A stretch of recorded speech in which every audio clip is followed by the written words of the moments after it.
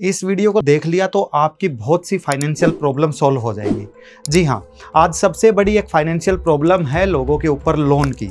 लोग बिना सोचे समझे लोन तो ले लेते हैं, लेकिन कहीं ना कहीं लॉन्ग टर्म में उसके इंटरेस्ट से उन पर ऐसी मार पड़ती है कि उनकी सारी सेविंग खत्म हो जाती है। अब सबसे पहले मैं लोन की बात करता हूँ, होम लोन की।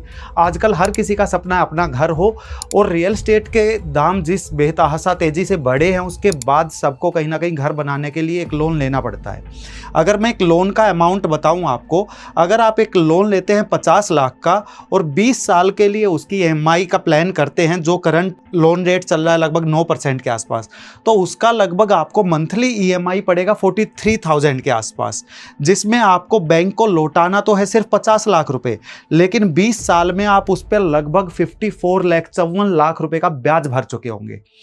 आज मैं आपको एक ऐसी कैलकुलेशन बताऊंगा जिससे आपको ये 54 लाख रुपए तो बचेंगे ही, साथ में आपको ये 50 लाख का सिर्फ 40 लाख रुपए पे करना पड़ेगा। वो कैलकुलेशन क्या है? आपको एक मैजिकल चीज़ करनी है जिसका हम 3 वर्ड्स हैं, SIP। अब SIP की तरह करना, आप सोचेंगे यार मैं 43,000 पे कर रहा हूं तो अब मैं SIP भी क्या उतना ही पे करूंगा? जी नहीं, उसका सिर्फ 10%, जितना भी आपकी EMI बनती है ना, समझिए उसका 10% का एक SIP आपको डाल लेना है। 43,000 की EMI को समझिए आप 48,000 आपको देना है। सिर्फ 5,000 रुपये के आपको EMI चलानी है। सेम आपको 20 साल तक चलानी है, जब तक आपका लोन खत्म नहीं होता।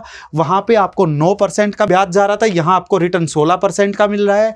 और यहाँ पर देखिए, लगभग 20 साल में आपने जमा किया है 12 लाख रुपए, जिसकी वैल्यू लगभग हो जाएगी 75 लाख रुपए। दैट मीन्स आपको मिलेगा लास्ट में 63 लाख का प्रॉफिट।